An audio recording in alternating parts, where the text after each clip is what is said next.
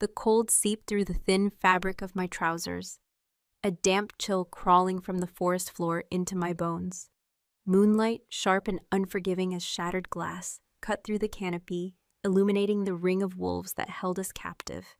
They were not wolves of the wild, but men, warriors in their shifted forms, their massive bodies radiating a heat that warred with the night air. Their scents were a suffocating wall of pine, wet earth, and controlled aggression. Humiliation burned hotter than the cold, a flush of shame crawling up my neck as I knelt in the dirt. My son, Elias, pressed trembling against my back. His small heart hammered a frantic rhythm against my spine, a terrified drumbeat in the sudden, dreadful silence. I was prey, cornered and exposed, and the hunter, the alpha of all alphas, stood before us. Varian Croven. He was a looming shadow, a king carved from granite and fury, his presence so immense it seemed to suck the very air from my lungs. The scent of him, ozone, ancient stone, and a terrifying possessive musk that was his alone, was a ghost on my tongue, a memory I had spent 5 years trying to burn away. His silver eyes, glowing with the moon's power, were not on me. They were fixed on the small dark-haired boy clutching my tunic, and in their depths, a storm of recognition and raw, unearthed fury gathered. He knew. The impossible truth was written on my son's face, in the defiant set of his small jaw, in the faint silver flecks in his wide, frightened eyes. This was not just a rogue she-wolf and her pup he had cornered.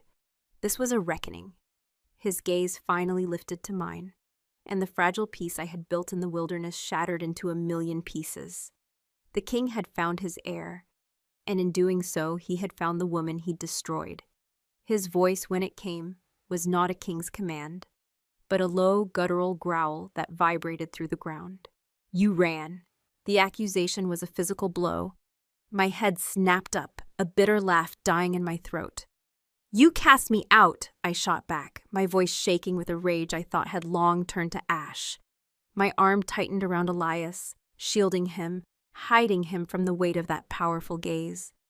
You stood before the pack, before the elders, and declared me unworthy. You left me with nothing. Nothing! The word was a snarl. Varian took a step forward, the sheer force of his will pressing down on me. His elite guard shifted, their claws scraping against stone, their growls a low rumble of warning, but Varian's focus was absolute. I gave you my blood, my heir, and you hid him from me. To protect him, I cried, desperation fraying the edges of my voice. From you, from a father who would deny his own child before he was even born. A muscle jumped in his jaw, a flicker of something dark and painful crossing his features. It was not the cold indifference I remembered. This was something else, something raw and wounded. The moon's blessing was silent, Orlina. The rites failed.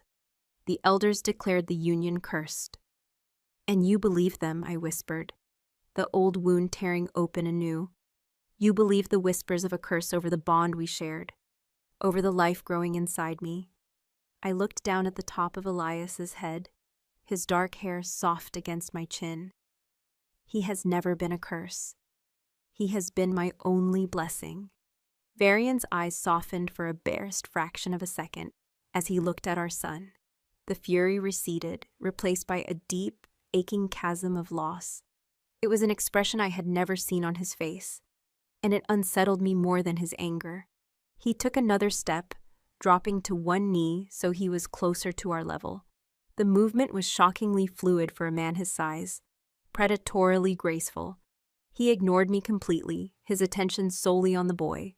"What is your name?" he asked, his voice stripped of its royal command, leaving only a rough, quiet timbre. Elias pressed his face harder into my back, his small hands twisting the fabric of my shirt. I felt his fear, a sharp metallic tang in the air. "Tell him, my love," I murmured, my hands stroking his hair. "Be brave." A tiny, muffled voice answered. Elias, Elias, Varas, Varian repeated, the name a strange and holy thing on his tongue. "That is a strong name."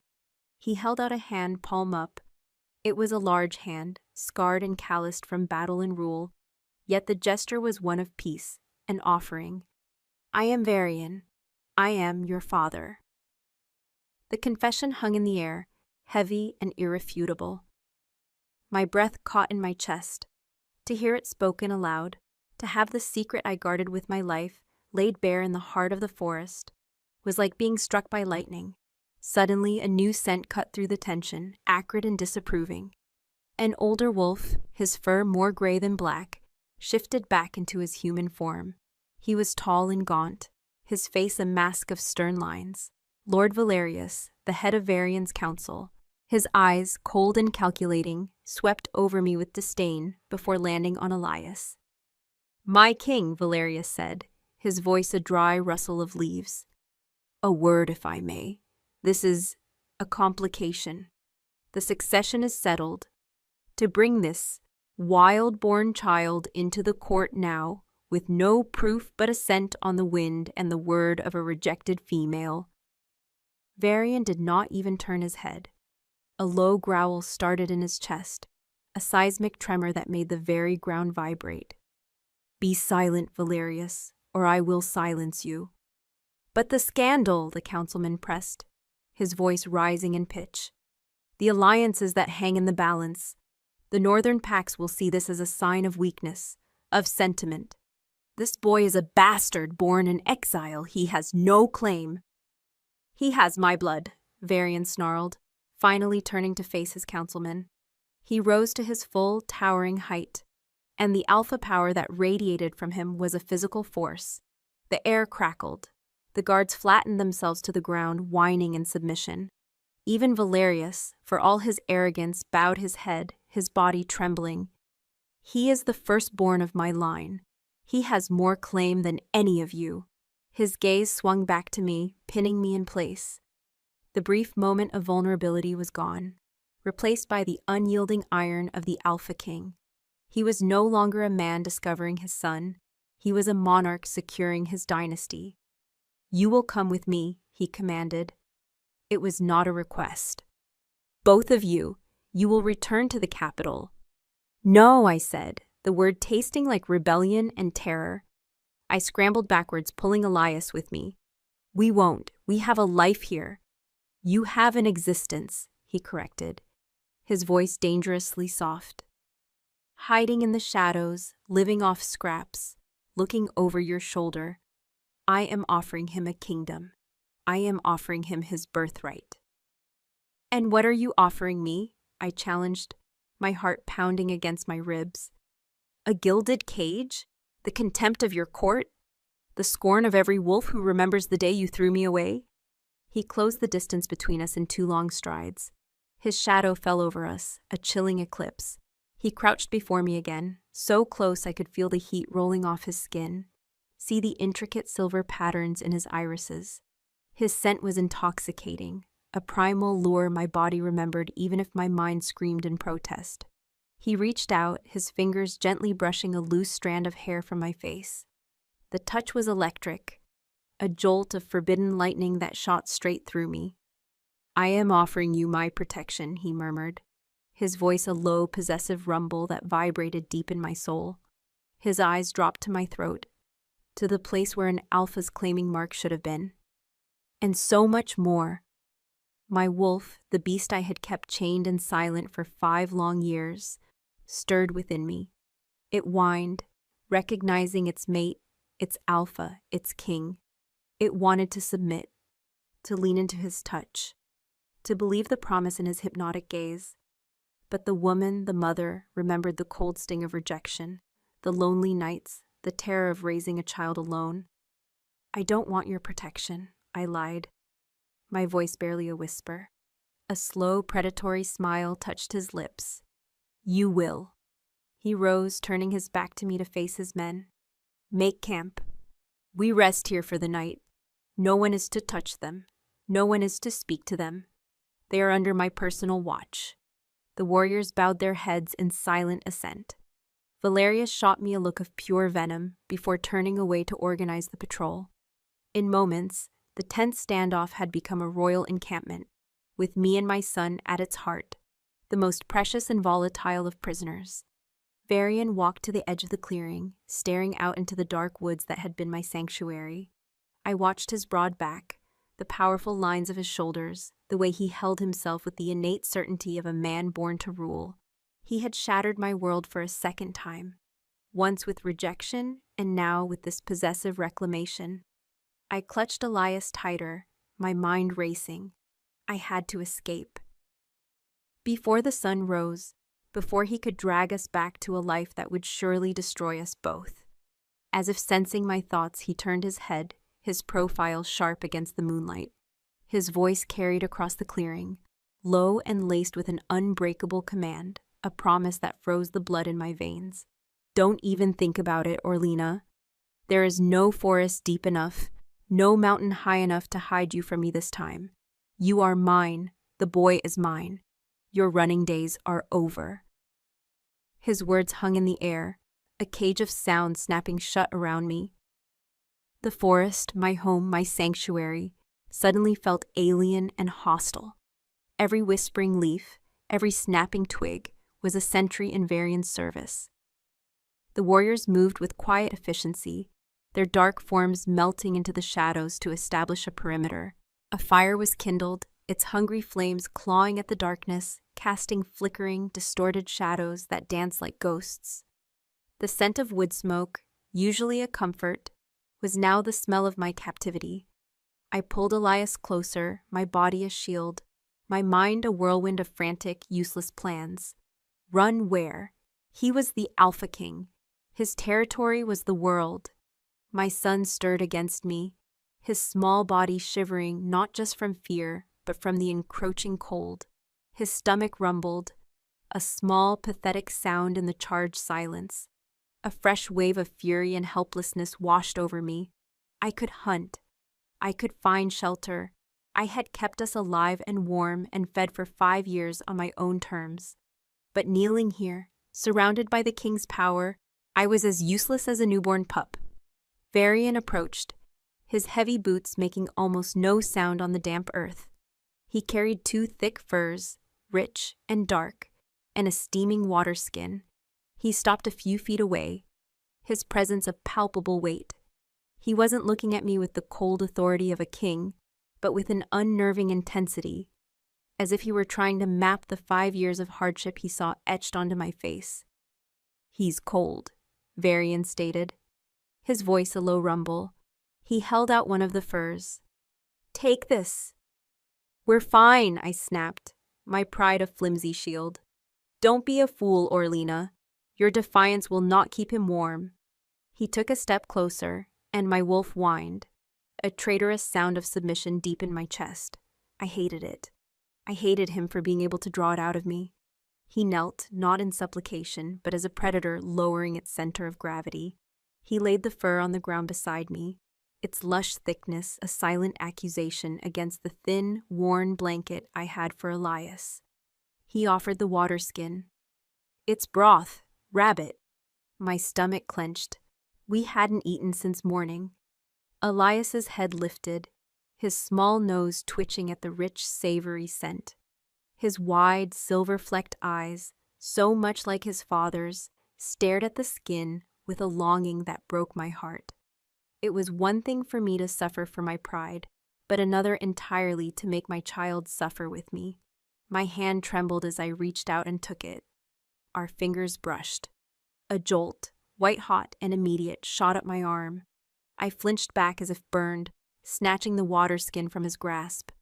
Varian's eyes darkened, a flicker of something, memory, regret, possession, in their silver depths. He remembered the fire that had once burned between us. He knew I felt it too. I carefully tipped the warm liquid to Elias's lips. He drank greedily, his small hands clutching the skin. Varian watched, his expression unreadable. "I would not have let you starve," he said quietly, the words meant for me alone. A bitter laugh escaped my lips. "Wouldn't you? You let my spirit starve. You let my heart break. You let me walk out of the great hall with your child in my belly, and you did nothing. Forgive me if I don't trust your sudden benevolence." "It was not benevolence," he growled, the kingly mask slipping back into place. He is my son. I provide for what is mine. He is not a possession, Varian. He is a person, a boy who has known only peace and the love of his mother. You want to drag him into a world of politics and betrayal, a world that will chew him up and spit him out. I want to give him the world he was born to rule, he countered, his jaw tight. A world you stole from him. I saved him, I hissed, my voice cracking. I wrapped the fur Varian had offered around Elias's shaking shoulders. The warmth was immediate, a sinfully comforting embrace. It felt like a surrender. The elders called him a curse. Your council would have seen him as a threat. What would you have done, huh? Hidden him away in some remote corner of the kingdom, a dirty little secret to protect your alliances? The muscle in his jaw jumped. He looked away toward the fire, and for a moment the iron certainty in his posture faltered. I don't know, he admitted, the words sounding torn from his throat. The pressure from the council, the failed right. Valerius argued that a union unblessed by the moon was a weakness the other clans would exploit. He said it would invite war. It was the closest he'd ever come to an explanation. Not an excuse, but a glimpse into the political machinations that had cost me everything. It wasn't enough. So you chose war over your own child? I whispered, the accusation hanging between us. Before he could answer, Lord Valerius approached, his movements stiff with disapproval. He cleared his throat, a dry, grating sound. My king, the perimeter is secure. Your tent is prepared. His gaze slid to me, cold and dismissive. We have a smaller tent for the, female and her pup. The word pup was an insult, a deliberate attempt to dehumanize my son, to reduce him to a mere animal. My back stiffened. Varian rose slowly, turning to face his councilman. The difference in their stature was immense. Varian was a mountain of muscle and power. Valerius was a withered tree. They will stay with me, Varian commanded, his voice leaving no room for argument. Valerius's eyes widened in shock. My king, it is inappropriate. The scandal is already a fire we must stamp out. To shelter her in your own tent, it implies a familiarity, a status she does not possess. She is an unmated rogue. A growl, low and visceral, rumbled in Varian's chest. It was the sound of a storm gathering on a distant horizon. She is the mother of my heir, and you will address her with the respect that title demands, or you will not address her at all. Do you understand me, Valerius? The old wolf's face paled. He bowed his head low, the gesture reeking of fear and simmering resentment. Yes, Alpha King. He backed away, melting back into the shadows, but I could feel his hateful gaze on me, a physical weight of malice. He was an enemy and a dangerous one. Varian turned back to me, his expression softening slightly. You and Elias will be safer with me. Safer? I scoffed. You are the greatest danger here. He ignored my protest. He bent and before I could react, scooped Elias into his arms. My son, sleepy from the warm broth and wrapped in the heavy fur, barely stirred. He mumbled in his sleep, his head falling to rest against Varian's broad shoulder, against the chest of the father he'd never known. The sight was a dagger in my heart. It was so painfully natural, so right, and yet so deeply wrong. This was the scene I had dreamed of in my loneliest moments, and now seeing it manifest, it felt like a betrayal of the life I had built for us. Varian looked down at the boy in his arms, and the fierce, possessive mask of the king dissolved, leaving behind a look of such profound, aching wonder that it stole the breath from my lungs. He gently brushed a lock of dark hair from Elias's forehead. It was the gesture of a father who had missed every milestone, every scraped knee, every first word. A father who was now determined to miss nothing else. Come, he said, his voice soft but firm. He needs to rest properly. He turned and walked toward the largest of the hastily erected tents, a dark canvas structure set apart from the others. I was left with a choice. Follow him into the lion's den, or stay out here in the cold, proving a point to no one but myself. My legs, stiff and trembling, carried me forward.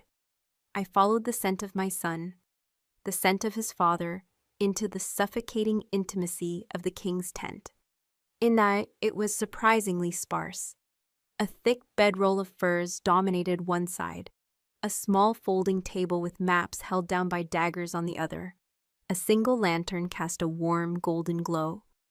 Varian laid Elias down on the furs with a tenderness that seemed at odds with the warrior I knew him to be. He covered him carefully, his large hands gentle and sure.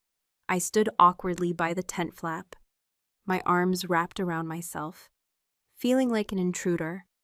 The space was filled with Varian scent, ozone, stone, and that unique masculine musk that made my senses heighten and my blood run faster. It was everywhere. It was inescapable. He straightened up and turned to me. The tent felt impossibly small with both of us inside it. The air was thick with unspoken words, with 5 years of pain and anger and a primal, undeniable attraction that crackled between us like static electricity. "Why did you never try to contact me?" he asked, his voice low. "What would have been the point?" I retorted, my defenses snapping back into place. "To beg? To plead with the king who publicly shamed me? I have more pride than that." "This isn't about pride, Orlena. It's about my son," he growled, taking a step toward me. "I had a right to know he existed. You gave up that right when you listened to your counsel instead of your own heart." I shot back, taking a defiant step forward to meet him. We were inches apart now, the heat from his body washing over me. "When you saw the silent moon ritual, not as a mystery to be solved, but as an excuse to discard me, tell me, Varian, did you even look for me?" His silver eyes wavered, a shadow of guilt, deep and stark, passed through them. "For a time," he admitted, his voice barely a whisper. "But the northern borders were in turmoil. The Stone River Pack was threatening rebellion. Valerius convinced me that searching for a disgraced female was a distraction I could not afford." His confession was meant to be an explanation, but it felt like another betrayal. He had chosen his kingdom over me, over us, again. "So you simply forgot," I finished for him, my voice flat and dead. "No," he said, his gaze locking with mine. It was fierce, burning with an emotion I couldn't name. "I never forgot." He reached out, his hand hovering in the air between us for a heartbeat, before his fingers came to rest on my neck, right over my pulse point. His thumb stroked the sensitive skin, sending a shiver down my entire body. His touch was proprietary, a brand of heat against my cold skin. My heart hammered against my ribs, a frantic bird trapped in a cage. "I feel your heart," he murmured, his voice a hypnotic thrum that vibrated through the point of contact. "It beats with the same fire it always did." His eyes narrowed, a strange calculating light entering them. "You wear no moonstone. The amulet I gave you at our pledging ceremony, where is it?" I jerked my head back, trying to break the contact, but his grip was gentle yet firm. "I threw it in the river the day I left," I spat. "It was a symbol of a promise you broke." A dark, dangerous smile touched his lips, a smile that did not reach his eyes. "A promise the moon broke, not I." He leaned in closer, his breath warm against my ear, his voice dropping to a conspiratorial, chilling whisper. "You think that amulet was just a trinket? A symbol? It was a key, Orlena, a conduit. Without it, the claiming mark will not settle. The final bond can never be forged." My blood ran cold, a claiming mark, the permanent bite scar that sealed a true mating, physically and magically binding two wolves for eternity. It was the one thing he had never given me, the final step that had been forestalled by the failed rite. His thumb moved from my pulse to the hollow of my throat, pressing gently against the place where his mark should have been. The phantom touch sent a shockwave of longing and terror through me. All this time he breathed, his silver eyes glowing with a terrifying, possessive light. "You have been running from a bond that was never even completed. Now we will have the chance to finish what we started." His words were a brand, searing into the soft flesh of my throat where his thumb rested. finish what we started. A cold dread, sharp and absolute, cut through the haze of shock and unwilling arousal. I found my strength in that fear. My hand flew up, shoving hard against his chest, a slab of unyielding muscle and heat. "Don't you touch me!" I snarled, my voice a ragged tear in the silence of the tent. To my surprise, he let me go. He took a step back, breaking the suffocating proximity, but his silver eyes held me captive. They burned with a possessive fire that promised this was only a temporary reprieve. He was a patient hunter who had already cornered his prey. He could afford to wait. The bond between us is not a memory, Orlina. It is a living, breathing thing. It is a debt of blood and bone, and it will be paid, he said, his voice dropping back into that low, resonant timbre that my wolf instinctively yearned for. You can fight me. You can hate me. It will not change what you are, what he is, what we are meant to be. He turned away, giving me his back as he checked on Elias, adjusting the furs around our sleeping son. The casual intimacy of the gesture, the sheer arrogance of his certainty, sent a fresh wave of rage through me. He spoke of destiny as if it were a weapon he could wield, a chain he could use to bind me to him. I sank onto a pile of spare pelts near the tent's entrance, as far from him and the warm nest of his bedroll as I could get. I would not sleep. I would watch him, a sentinel guarding the last vestiges of my freedom. The night wore on, a long, silent battle of wills. I watched the steady rise and fall of his chest as he sat meditating by the low-burning lantern, his powerful form radiating a calm that was more unnerving than any outburst. He was a king. He was accustomed to long vigils, to waiting, to winning. My eyelids grew heavy, my body screaming for rest, but I fought it. Every time my head nodded, his scent, that intoxicating, infuriating mix of ozone and stone, would drift over, pulling me back to sharp, resentful awareness. Dawn came not with a gentle light, but with the sounds of a war party breaking camp. The clink of metal, the low murmur of orders, the snorting of horses. It was the sound of my walled world being dismantled. Elias stirred, his small body stretching under the furs. He sat up, his dark hair a mess, his silver-flecked eyes blinking in confusion at the strange canvas ceiling. His gaze found Varian first. My son, who had never known a man's presence in our lives, simply stared, his expression one of pure, childish curiosity. There was no fear. Varian, who had been watching him, offered a small, hesitant smile. It was a look so unguarded, so foreign on his stern face, that it momentarily disarmed me. "Good morning, Elias," he said, his voice softer than I had ever heard it. Elias clutched the fur to his chest.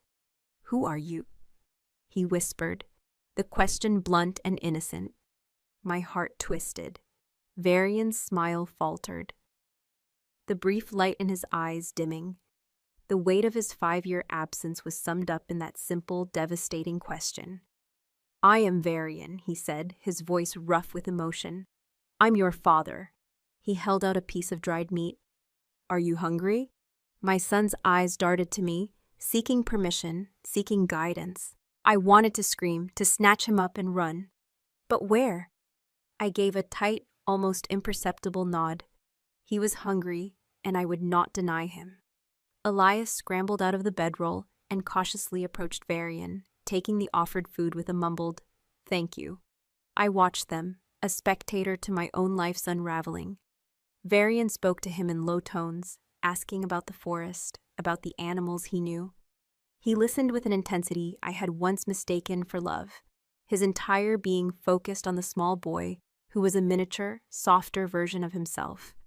And Elias, my shy, quiet boy, began to talk, his voice growing stronger as he described the squirrels he'd named and the best places to find river stones.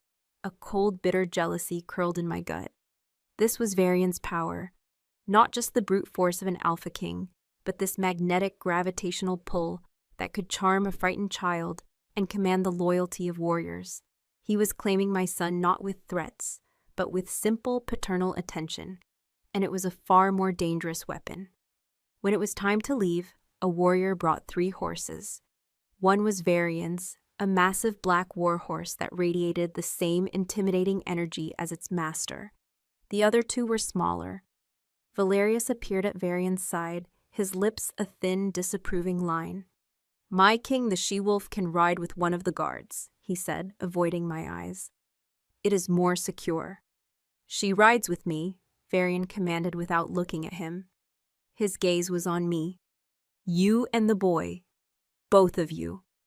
"I can ride my own horse," I insisted, stepping toward one of the smaller mounts. "No." The word was absolute. He swung himself into the saddle of his war horse with practice ease, the leather groaning under his weight. He looked down at me, his position of power absolute. "I will not have you out of my sight, and I will not risk the boy. You will ride with me." He held a hand down to me, an order disguised as an offer. To refuse would be to make a scene, to frighten Elias further. To accept felt like placing the shackle on my own wrist. With burning cheeks, I placed my hand in his. His grip was firm, calloused, and sent a familiar jolt through my veins. He lifted me as if I weighed nothing, setting me in the saddle before him. Another guard handed Elias up to me, and I settled my son in my lap, his small body a fragile barrier between my back and Varian's hard chest. The moment his arms came around us to take the reins, I felt the trap snap shut. I was enveloped by him. His body heat soaked into my back, a stark contrast to the crisp morning air. His scent was a thick, heady cloud, filling my lungs with every breath. I could feel the powerful muscles of his chest and abdomen against my spine, the steady, slow beat of his heart a drum against my shoulder blades. It was a torturous, intimate prison. My wolf purred, the traitorous beast reveling in the proximity to its mate. I gritted my teeth, focusing on the stiff line of my spine, on the anger that was my only armor. The party moved out, a column of dark, silent warriors flanking us. We rode through the forest that had been my refuge, its familiar paths now trampled by the king's procession. Elias, caught up in the novelty of the ride, was a bundle of excited energy in my arms, pointing out landmarks only he and I knew. "That's the crooked oak where the owls live, Mama. And there's the stream where we catch fish." Each excited cry was a fresh stab of pain. He did not understand what we were losing. Varian's chest rumbled with a low chuckle behind me. "You taught him the woods well," he murmured, his voice a vibration that passed directly into my bones. "I taught him to survive," I corrected, my voice sharp. "I will teach him to rule." The finality in his tone sent a chill down my spine. We rode for hours. Just as the sun reached its zenith, a sudden sharp scent cut through the air, blood, fear, and the unmistakable musk of rogue wolves. Varian's body went rigid behind me. His arm tightened around my waist, pulling me and Elias flush against him in a single protective motion. "Halt!" his voice boomed, no longer a quiet murmur, but the full-throated command of the Alpha King. The entire column stopped instantly. From the dense undergrowth to our left, 3 large wolves emerged. They were lean and scarred, their pelts matted with dirt and old blood. Their yellow eyes burned with feral hunger, and their lips were curled back to reveal stained teeth. Rogues, outcasts, desperate and therefore dangerous. They had smelled our party, smelled me, an unmarked female, and the pup. To them we were a challenge, a potential prize. Varian's guards instantly formed a defensive circle, their hands on the hilts of their swords, their own wolves rising to the surface. But Varian did not draw a weapon. He simply sat taller in his saddle, his presence swelling, his power rolling off him in palpable, suffocating waves. A low growl started in his chest. It was not the sound of an animal, but the sound of the earth splitting open, of mountains grinding together. It was a sound of absolute primal dominance. The 3 rogues faltered. They whined, their ears flattening against their skulls. The largest one, the leader, took a hesitant step back. its belly low to the ground in a sign of submission. They had not realized who they were challenging. They had scented a prize, but they had stumbled upon a god. Varian did not speak. He did not need to. He simply unleashed the full force of his alpha will upon them. I felt it as a crushing pressure, a force that demanded obedience, that stripped away all thought of defiance. Elias whimpered, burying his face in my tunic. Even I, who was bound to him, felt the urge to lower my head, to expose my throat. The rogues broke. With terrified yelps, they turned and fled, crashing through the undergrowth in a desperate, panicked retreat. Silence descended once more, thick and heavy. The air still crackled with the residue of Varian's power. His arm was still a band of iron around me. He leaned forward, his lips brushing against my ear. "Now you see," he whispered, his voice a low, possessive growl that sent a tremor of fear and a contrary, shameful thrill through me. "That is the world you were living in. That is the danger I pulled you from. Out here, you are prey. With me, you are safe." He nudged the warhorse forward, and the party resumed its march, leaving the scene behind as if nothing had happened. But something had. I had just witnessed the raw, untamed power of the Alpha King. He hadn't needed a sword or an army. He had defeated the threat with his will alone. He was right. He had saved us, and that single undeniable truth was more terrifying than any cage. He was binding me to him not just with force, but with a debt of blood and bone. By late afternoon, the trees began to thin. Ahead, I saw the harsh geometric lines of a stone wall, a watchtower flying a banner with the emblem of a snarling wolf's head against a gray field. We were leaving the wild behind. We were entering his domain. The massive iron-banded gates groaned open for us. As we rode into the courtyard of the fortified outpost, the men and women within, soldiers, servants, traders, all stopped what they were doing. They stared. First, they fell to their knees in reverence for their king. Then their eyes lifted to see me and my son, held in his embrace. Whispers erupted like wildfire, a low, sibilant hiss that followed us across the stone yard. I saw the shock, the disapproval, the naked, scornful curiosity on their faces. I was the ghost from the past, the rejected Luna, returned with a secret heir in her arms. I was a scandal made flesh. We halted in the center of the courtyard. Varian dismounted, then reached up for Elias. As he swung our son to the ground, Lord Valerius appeared at his side, his face a mask of grim satisfaction. He bowed deeply to Varian, but his cold reptilian eyes were fixed on me. "Welcome home, my king," Valerius said, his voice just loud enough for me to hear over the whispers of the crowd. Then he leaned closer to Varian, his voice dropping to a venomous murmur that was clearly intended for me. "A word of caution, my lord. The capital is not the forest. Tongues are sharper than teeth here. Some stains, once set, can never be truly washed away." Valerius's words were a poison dart, aimed not at the king, but straight at my heart. Some stains can never be truly washed away. I flinched as if struck. The whispers in the courtyard intensified, a chorus of judgment that echoed the councilman's venom. They weren't just seeing a rogue and her pup. They were seeing a walking, breathing scandal, a blight on their Alpha King's pristine reign. My son, my beautiful, innocent Elias, was being reduced to a stain.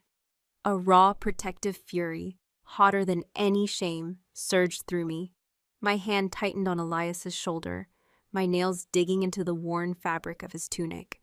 Before I could utter a single word, Varian moved. It was not a king's deliberate stride, but the lightning-fast strike of a predator. His hand shot out and clamped around Valerius's forearm, his fingers digging into the old wolf's flesh. The sound of bone grinding under the pressure was sickeningly audible. Valerius let out a strangled gasp, his face contorting in pain and shock, his mask of smug superiority shattering. "The only stain I see here, Valerius," Varian growled, his voice a low, lethal vibration that silenced the entire courtyard.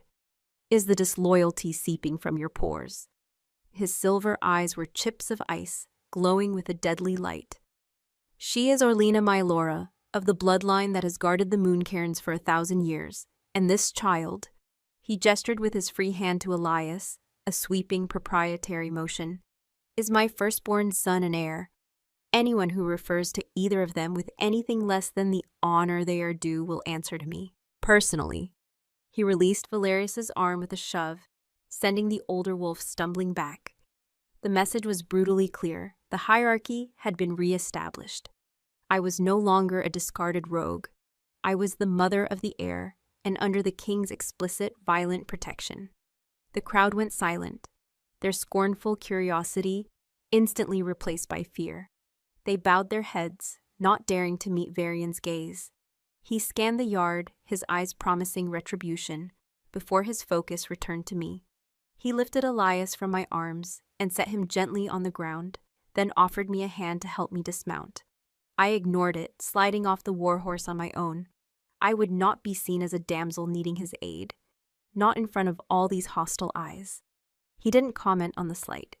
He simply placed a hand on the small of my back, a gesture that was both supportive and possessive, and guided us toward the keep's main entrance. "You and the boy need to rest. You're exhausted." His touch was a brand of heat through my tunic. I wanted to shrug it off, but I was acutely aware of the dozens of eyes still secretly watching. To show dissent now would be to show weakness, to undermine the very authority he had just used to defend us. So I endured it, my body rigid, as he led us into the stone fortress. The air inside was thick with the scent of beeswax, wood smoke, and old power. Tapestries depicting great hunts and ancient battles hung on the cold stone walls, muffling our footsteps. Servants flattened themselves against the walls as we passed, their eyes downcast. No one looked at me. It was a different kind of shunning than the open scorn of my old pack. It was a fearful, calculated erasure. Varian led us up a winding staircase to a suite of rooms. They were luxurious, with a large canopied bed, a roaring fireplace, and windows overlooking a manicured garden. A young servant girl, barely a woman, stood trembling by the hearth. "My king," she stammered, curtsying so low her forehead nearly touched her knees. "Prepare a bath for the lady and the young lord," Varian commanded. "And bring food, hot broth, bread, cheese, and milk for my son." He said it so easily, my son. Each time, the words staked a deeper claim. The girl scurried away, casting a wide-eyed, terrified glance at me as she left. When she returned with other servants to haul in a large copper tub and buckets of steaming, herb-scented water, they moved with the same silent, fearful efficiency. They would not meet my gaze. To them, I was a ghost, a dangerous omen. The stain Valerius had spoken of. Varian dismissed them with a wave of his hand. He turned to me, his expression unreadable in the flickering firelight. "I will see to my commanders. Get some rest, both of you." He paused at the door. "No one will bother you. You are safe here." Then he was gone, the heavy oak door clicking shut behind him, leaving me and Elias in a gilded cage. "Mama," Elias whispered, his voice small in the cavernous room. Why were those people looking at us like that? I knelt and pulled him into a fierce hug, burying my face in his hair. How could I explain court politics, shame, and legitimacy to a 5-year-old?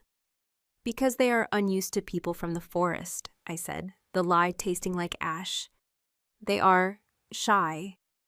I bathed him first, scrubbing the grime of the road from his skin. He splashed in the hot water, a child's simple joy. A balm to my frayed nerves. As I washed his hair, he looked up at me, his eyes serious. "Is he Varian? Is he going to be our alpha now?" The question struck me with the force of a physical blow. In our small world of 2, I had been the alpha. The hunter, the protector, the leader. Now, in a single day, Elias's world had been tilted on its axis. He sensed the shift in power, the change in the very air we breathed. "He is your father, my love," I said, my voice strained. That is all you need to worry about for now. After I settled a clean, drowsy Elias into the mountain of furs and pillows on the bed, I sank into the hot water myself. The heat was a shock, leaching the deep, bone-weary cold from my limbs. I scrubbed my own skin raw, as if I could wash away Varian's scent, the feel of his hands on me, the stain of the courtyard's judgment. I put on the clothes that had been left for me, a simple tunic and trousers of soft, dark wool. They were clean and warm, but they felt foreign, constricting. They smelled of the keep, not of me. I was sitting by the fire, watching Elias sleep, when the door opened again. It was Varian. He had shed his heavy leather armor and wore only dark trousers and a simple linen shirt that did little to conceal the formidable power of his chest and shoulders. He moved to the table and poured 2 goblets of wine. He brought one to me. "Drink," he said, "not a request." I took it, my fingers brushing his. The spark was still there, an infuriating, undeniable current. I took a long swallow of the dark, rich wine, hoping it would dull the edges of my fear. We stood in silence for a long moment, the only sounds the crackle of the fire and the soft breathing of our son. "What Valerius said," I began, my voice low and tight. "He is not the only one who thinks it. I saw their faces. I am a contamination in your perfect, orderly world." "My world is anything but perfect and orderly," he countered, his voice a low growl. He stared into the flames, his profile harsh and shadowed. "And you are not a contamination. You are a reckoning." "A reckoning for what?" I demanded, turning to face him fully. "For a crime I never committed? I am tired of whispers and shadows, Varian. I want the truth. Tell me what happened that night, the night of the moon's blessing. Tell me why you felt nothing." His jaw clenched. For a moment I thought he would refuse, that he would retreat behind his kingly mask. But then he let out a long, slow breath, a sound of profound weariness. "You think I felt nothing?" he asked, his voice raw. He set his goblet down with a heavy thud. "Gods, Orlina, if only it were that simple." He began to pace before the fire, a caged wolf. "I felt the bond. I felt it the moment I first saw you. It was a fire in my blood. Every instinct I had screamed that you were my mate, my Luna, my queen." He stopped and turned to me, his silver eyes blazing with the memory. "That night, we stood on the precipice. The elders were chanting. The moonlight was so bright it was like day. I reached for you to complete the rite, to give you the claiming mark." He trailed off, his gaze becoming distant, haunted. "And," I prompted, my heart hammering, "and when the final blessing was to be bestowed, when the power of the goddess was supposed to flood into me, to sanctify the bond and make it permanent." There was a void. He shook his head, a dark, troubled motion. "It wasn't just silence, Orlina. It wasn't an absence of power. It was an active, aggressive cold. A wall of ice slammed down between us. It felt like the moon herself turned her face away, a rejection." I stared at him, my mind reeling. I had always imagined it as a simple failure, a lack of a sign, but he was describing it as a judgment, a curse. "I tried to fight it," he continued, his voice dropping to a harsh whisper. He took a step closer to me, his hands clenching and unclenching at his sides. "I was the Alpha King. I thought my will alone would be enough. I leaned in to mark you anyway, to claim you, bond or no bond." He stopped, swallowing hard. A flicker of something that looked like fear, a shocking emotion on his face, crossed his features. And a pain, unlike anything I have ever felt, shot through me. It was as if my own soul was being torn in two. Every instinct, every fiber of my being screamed at me to stop. That to mark you against that celestial will would destroy us both. It would have been a blasphemy that shattered the bond forever, leaving nothing but an empty husk. I sank onto the hearthstones, my legs suddenly unable to support me. He had tried. He had tried to claim me, and something had physically, magically stopped him. All these years, I had pictured him as a cold, calculating king, making a political decision. But the man he described was a terrified mate, betrayed by his goddess and his own power at the most crucial moment of his life. The elders saw it, he said, his voice laced with the phantom agony of the memory. They saw me recoil from you. They felt the cold void where the blessing should have been. Valerius, he was the first to call it a curse. Now I understood. It wasn't just politics. It was faith. It was fear of the divine. He hadn't just rejected me. He had bowed to what he believed was the will of the goddess herself. My anger, the righteous fury that had been my shield for 5 years, began to crumble, leaving a raw, aching vulnerability in its place. I looked at him, truly looked at him, and saw not just the king, but the wolf, the mate who had been denied. Instinctively, without thought, I reached out and placed my hand on his arm. His muscles were bunched like cords of steel beneath his shirt. I felt a tremor run through him at my touch. His head snapped down, his gaze locking with mine. The haunted look was gone, replaced by a raw, immediate hunger. The fire between us, banked for 5 long years, roared back to life in an instant. He grabbed my hand, his grip crushing, his thumb stroking the center of my palm.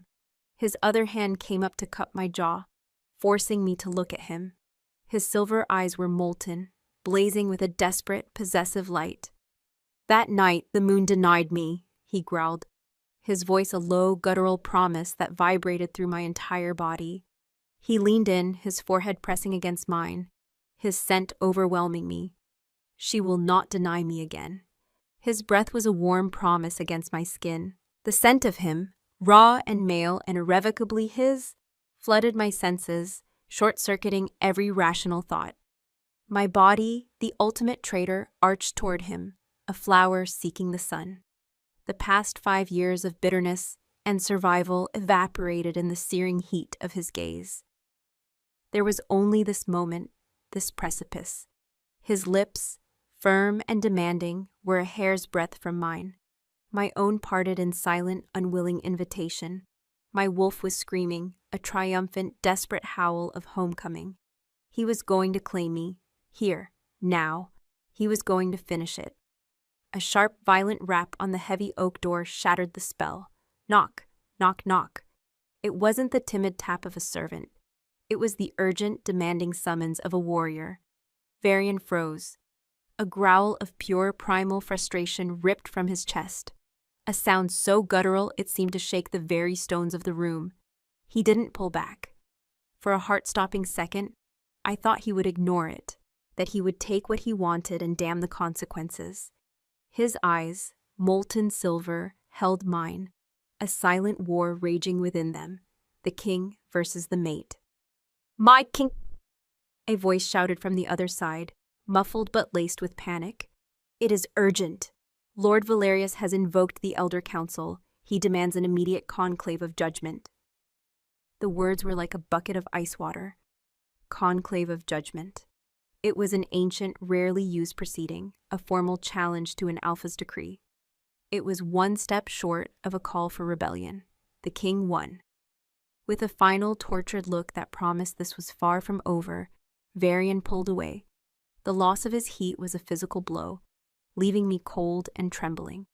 He stalked to the door, his body radiating a barely contained fury. He flung it open to reveal a young guard, pale-faced and sweating. "He is challenging the succession," the guard stammered, bowing his head. "He claims the discovery of a wild-born heir from an unblessed union invalidates the treaties with the northern clans. He says it threatens the stability of the entire kingdom." "He threatens his own life," Varian snarled. He turned back to me, his face once again the hard, unyielding mask of the Alpha King. The mate who had almost kissed me, who had confessed his own pain, was gone. "Stay here, bar the door. Do not open it for anyone but me." He swept from the room without a backward glance, his power a turbulent wake behind him. The guard scrambled to follow. The door clicked shut, the sound of the heavy iron bar sliding into place on the other side, echoing the slamming of a cage door. I was a prisoner once more. I stood there for a long moment, my body thrumming with a confusing cocktail of adrenaline, fear, relief, and a sharp, bitter disappointment that shamed me. My fingers rose to touch my lips, which still tingled with the ghost of his proximity. I had been seconds away from surrendering, from letting him brand me, from binding myself to the man who had broken me. I looked over at Elias, sleeping peacefully, his face soft and innocent in the firelight. He was the reason for all of this. The reason Varian had hunted me down. The reason Valerius was staging what amounted to a political coup. And he was the reason I would not be a passive prize in their war. Varian's order to stay, to hide, grated against my every instinct. For 5 years, I had faced every threat myself. I had not cowered in a burrow while predators circled. I would not start now. A cold resolve settled over me. This judgment was not just about Varian's decree or Elias's future. It was about me. I was the unblessed union. I was the stain. I would not let men I did not know debate my worth and my son's life behind a closed door. My old worn tunic and trousers were a crumpled heap by the fire. I pulled them on. The soft wool of the keep's clothes felt like a costume, a disguise. My own clothes, smelling of forest, earth, and wood smoke, were my skin, my armor. I braided my long hair back, my fingers working the strands into a tight, practical plait. I was not the king's sheltered consort. I was Orlina Malora, and I would face my accusers. The door was barred from the outside, but the windows were not. They overlooked a stone parapet, a dizzying drop to the garden below, but to the right, the walkway connected to another tower. It was a risk, but it was a way out. I slipped from the room, my bare feet silent on the cold stone. The night air was sharp, biting at my skin, but it cleared my head. I followed the parapet, pressing myself into the shadows until I found a stairwell leading down into the heart of the keep. I followed the low murmur of voices, the scent of old stone and nervous sweat, to a pair of massive iron-bound doors. They were slightly ajar. Peeking through the crack, I saw the council chamber. It was a stark, intimidating room.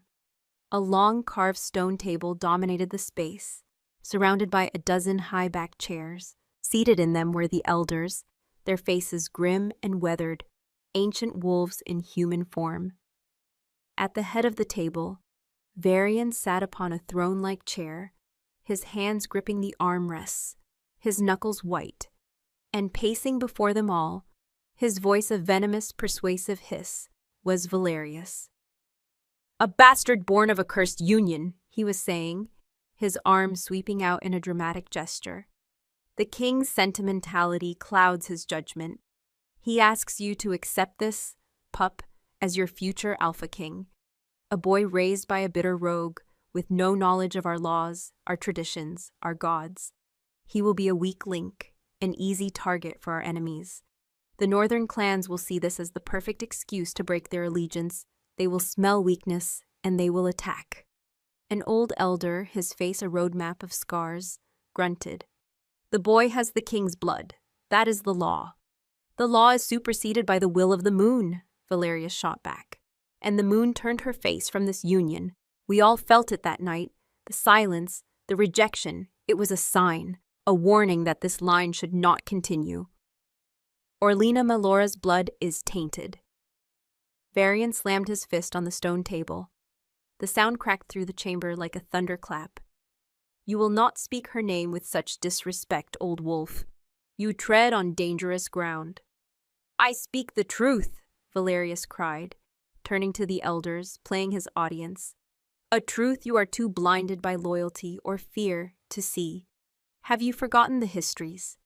Have you forgotten the story of Lyra Malora 2 centuries ago? Orlina's own ancestor. Pledged to the Alpha of her time, she too was met with the moon's silence. And why? Because she was a traitor. She conspired with the feral packs of the East, selling pack secrets for power. The moon's silence was not a curse, it was a mark. The mark of a traitor to warn the Alpha away from a poisoned bloodline. A wave of murmurs swept through the elders. They looked at each other, their eyes filled with doubt and a dawning horror. Valerius had not just thrown a stone, he had unearthed a tomb. He was using their own faith, their own deepest superstitions, against their king. He had just sentenced me and my son. That was enough. I pushed the door open and strode into the room. A collective gasp went through the chamber. The elders stared as if they had seen a ghost. Valerius froze mid-rant, his mouth agape, his face flushing with fury at my defiance. Varian's head snapped up, his silver eyes widening in shock, then blazing with a complex mixture of anger that I had disobeyed him and a fierce, undeniable pride. I walked until I stood at the foot of the great stone table, my head held high. I was not a warrior, I was not a queen, but I was a mother, and in that moment I felt more powerful than any of them. "You speak of my blood, Lord Valerius," I said, my voice clear and steady, ringing with a strength I didn't know I possessed. "You speak of my ancestors, but you do not know the first thing about them. Or me." I turned my gaze on the elders, meeting each of their stares without flinching.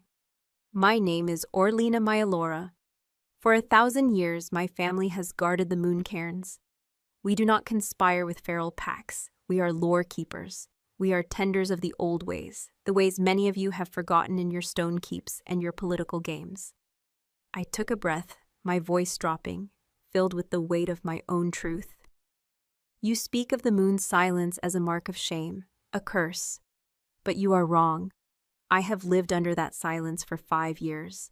I have raised my son under it. And I have learned things in the wild that you cannot learn from scrolls and histories."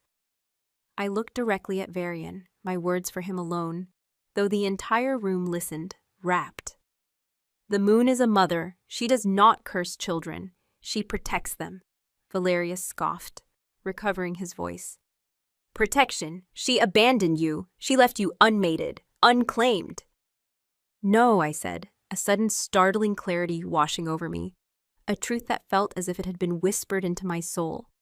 I turned back to the smirking councilman.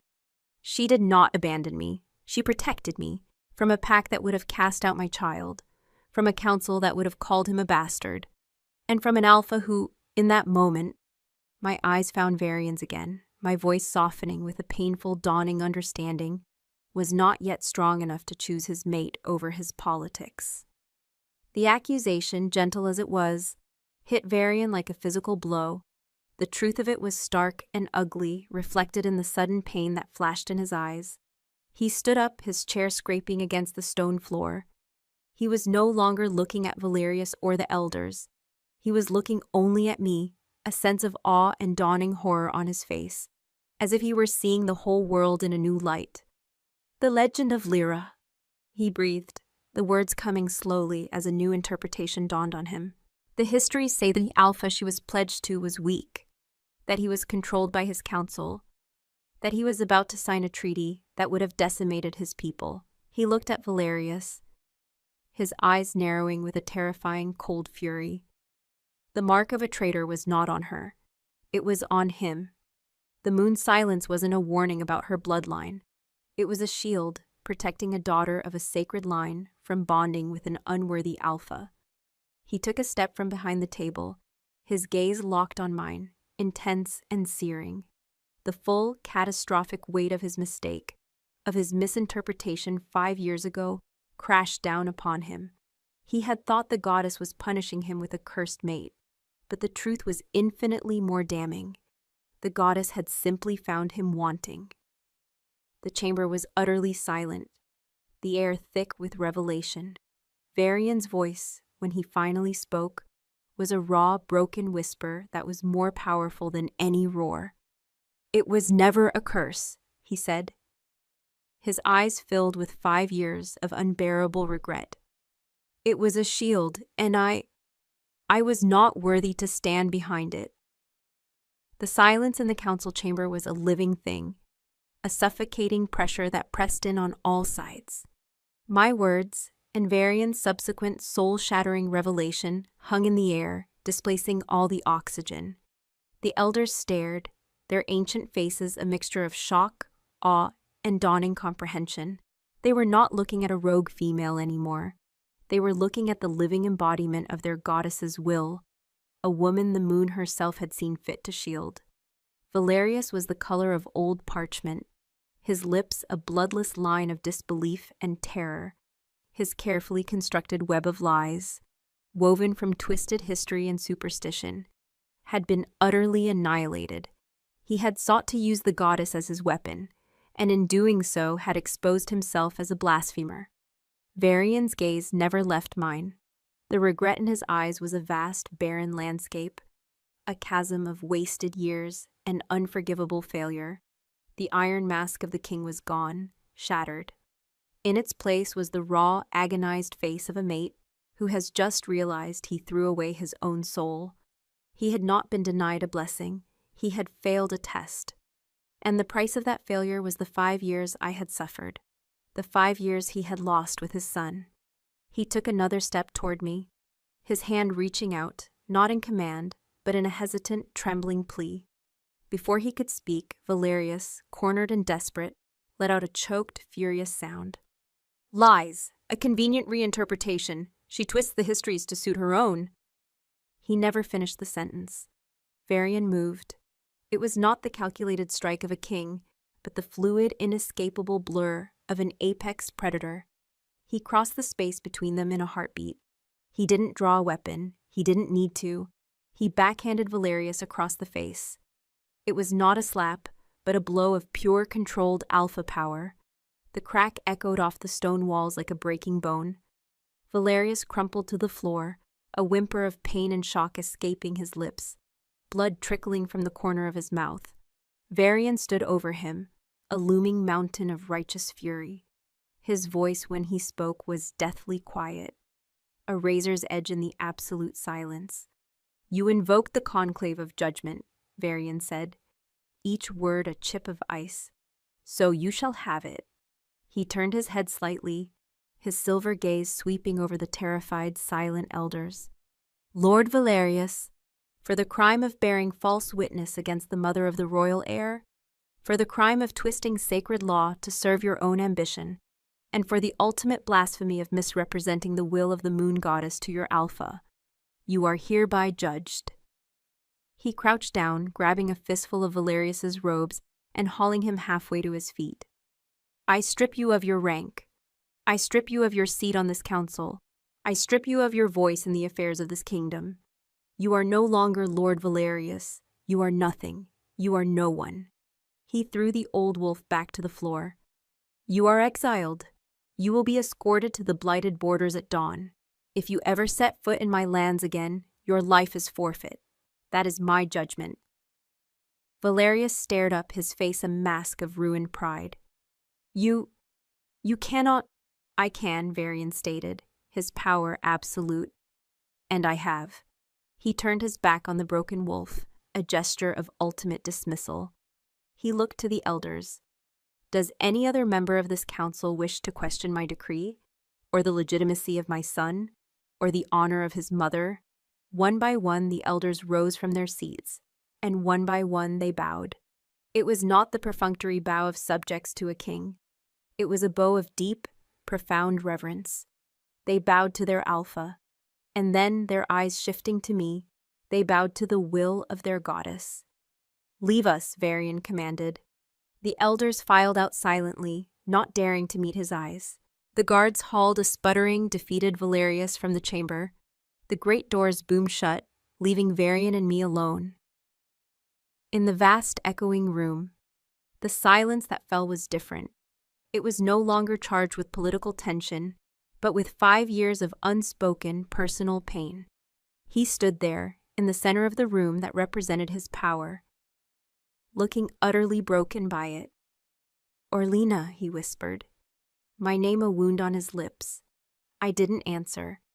I wrapped my arms around myself, a feeble defense against the storm of emotion that was threatening to drown me. He walked toward me slowly, as one would approach a wounded, unpredictable animal. He stopped a few feet away, close enough for me to feel the heat of him, to smell the scent of ozone and his deep, personal regret.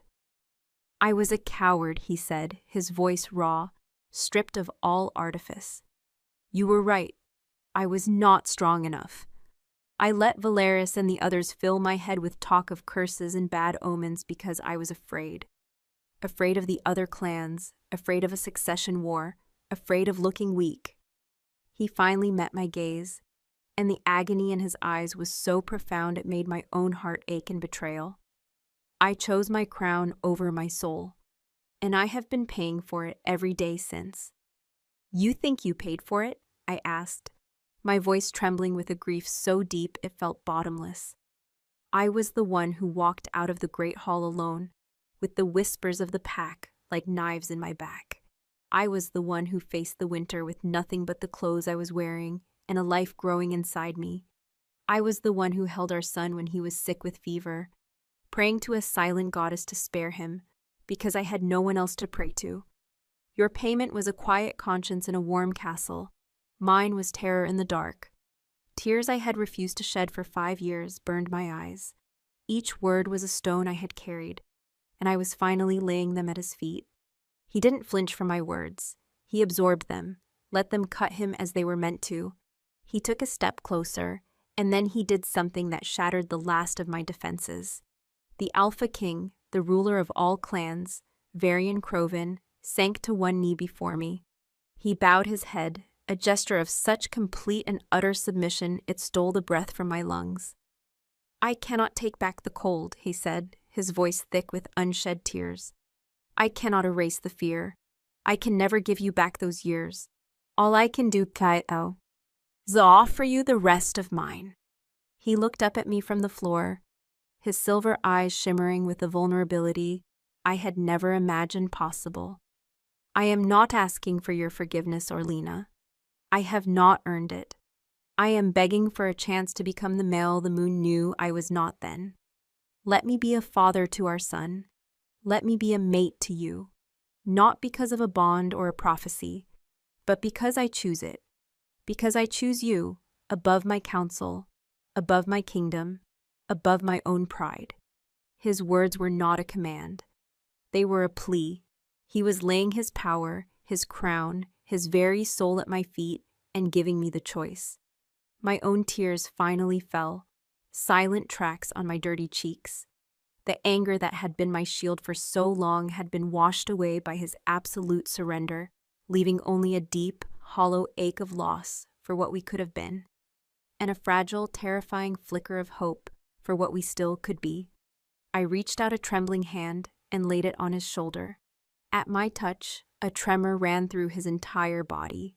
He closed his eyes, leaning into my touch like a dying man finding water, and then I felt it. The cold void, the wall of ice that had slammed down between us all those years ago. It was still there, a faint phantom chill deep within my soul. It was the moon's shield. It's still there, I whispered, my voice breaking. The shield.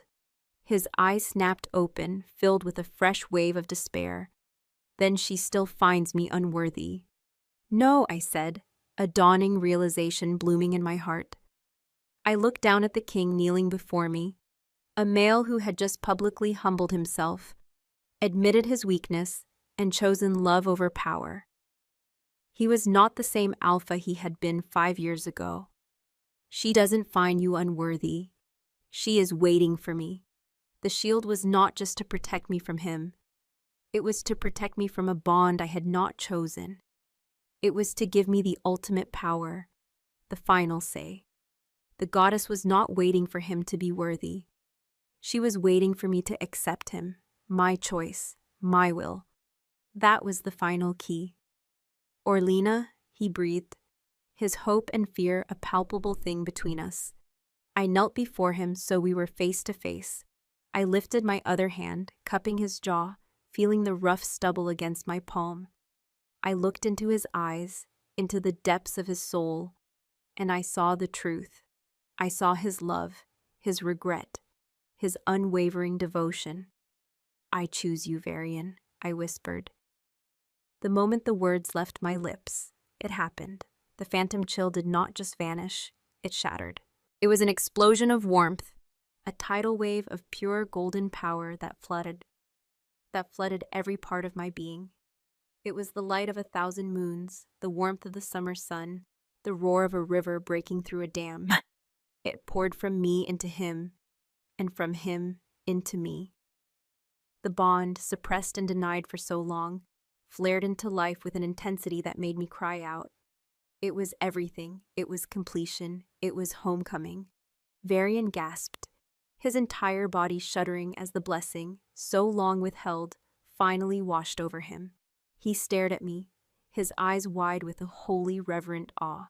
He surged forward, his mouth finding mine in a kiss that was not about passion, but about absolution. It was a kiss of sorrow and joy, of endings and beginnings. It tasted of salt and wine and 5 years of unspeakable loneliness finally coming to an end. When he pulled back, his eyes were blazing with a silver light so bright it was almost white.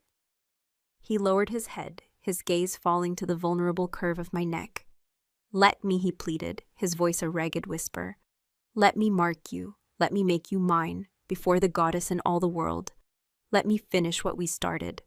There was no fear left, no anger, only a deep, profound sense of rightness, of destiny finally finding its path. "Yes," I breathed. He lowered his head, his lips tracing a path of fire along my skin. And then, at the hollow where my neck met my shoulder, he bit down. The pain was sharp, electric, a bolt of lightning that shot through every nerve in my body. But it was gone in an instant, replaced by a wave of pure, unadulterated ecstasy. I felt the magic of the claiming mark sink into my very soul, a glowing silver seal that bound me to him to me forever. Our scents merged, our life forces intertwined, our souls snapping together into a single perfect whole. He lifted his head, his eyes glowing, a faint trickle of my blood on his lips. On my shoulder, a new mark pulsed with a soft, silvery light. The swirling pattern of a wolf curled around a crescent moon. I was his. He was mine. He pulled me into his arms, burying his face in my hair, holding me as if he would never let me go. I clung to him, finally allowing myself to feel the safety and rightness of his embrace. After a long moment, he pulled back just enough to look at me, a fierce, determined light replacing the vulnerability in his eyes. This was the king again, but a different king, a complete king. He stood, pulling me to my feet with him.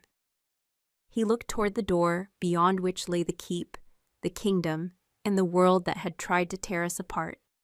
"Now," he said, his voice ringing with a new, unshakable authority, a power that came not just from a crown, but from a healed soul.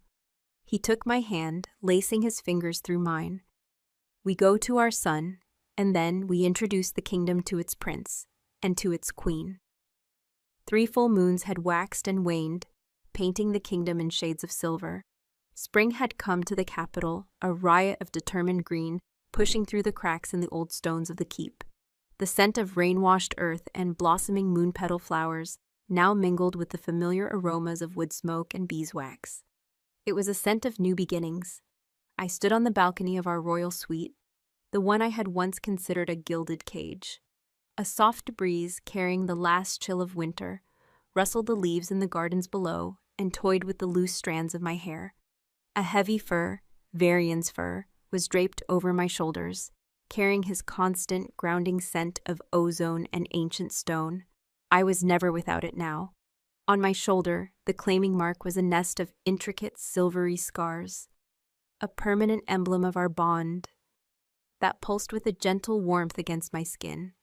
It was a constant, comforting presence, a thrumming connection to Varian that stretched across miles. I could feel him now, down in the training yard, his focus absolute, his power a steady beacon. I could feel the pride radiating from him, and the faint underlying current of fierce paternal love. My gaze followed his. Below, in the center of the yard, was Elias. My son was no longer the shy, quiet boy from the forest. In 3 short months, he had transformed. He was still my sweet, gentle Elias, but now there was a confidence in his stance, a bright spark of curiosity in his eyes that had replaced the timid fear. He held a wooden practice sword, a miniature version of the one Varian wielded, and his small face was screwed up in concentration. Varian stood before him, not as a king, but as a father. He was patient, his voice a low, encouraging rumble as he corrected Elias's grip, adjusted his footing. He would lunge, and Elias would parry with a squeal of effort, the clash of wood on wood echoing in the crisp morning air. Then Varian would laugh, a deep, full-bodied sound that I had never heard before coming here. And he would scoop Elias up, tossing him into the air. Elias's shrieks of delight were the sweetest music I had ever known. They were healing. We were healing. The first few weeks had been a storm. Announcing Elias as the crown prince had sent shockwaves through the allied clans. Varian had met every challenge, every whisper of dissent, not with the brute force of his past, but with a new, unshakable authority. He did not command their loyalty. He earned it. He spoke of the will of the moon, of the sacred duty to a bloodline the goddess herself had shielded. He presented me not as a rogue he had reclaimed, but as the queen the goddess had chosen. The claiming mark on my shoulder, which I wore openly, was a testament to his words. It glowed with a divine light that silenced even the most skeptical of the clan lords. My own battle had been quieter, but no less fierce. I had to navigate the treacherous currents of the court. The ladies-in-waiting, who had first looked at me with scorn, now watched me with a mixture of fear and fascination. I did not play their games of whispers and veiled insults. I had spent 5 years learning a different language, the language of the forest, of survival, of truth. I met their sideways glances with a direct gaze. I answered their probing questions with simple, unadorned honesty. They did not know what to make of a queen who preferred trousers to gowns, who knew how to set a snare and track a deer, whose hands were calloused from work, not soft from idleness. Slowly, grudgingly, they began to respect me. My greatest allies were the elders from the council. They saw me as a conduit to their goddess, a living reminder of the old ways. They would seek me out in the gardens, asking me to interpret the flight of a raven or the pattern of frost on a window pane. They would listen, rapt, as I told them the forest lore my grandmother had taught me, stories they had long since forgotten. I was reconnecting them to the magic they had started to lose. I felt a presence behind me and smiled, not needing to turn. His scent had preceded him. Varian's arm slid around my waist, his chin coming to rest on my shoulder as he, too, watched our son in the yard below. He pressed a kiss to the claiming mark, and a shiver of pleasure and contentment ran through me. "He has your focus," Varian murmured, his voice a low vibration against my ear. "And my stubbornness. The training masters will have their hands full." "He is perfect," I replied softly, leaning my head back against his chest.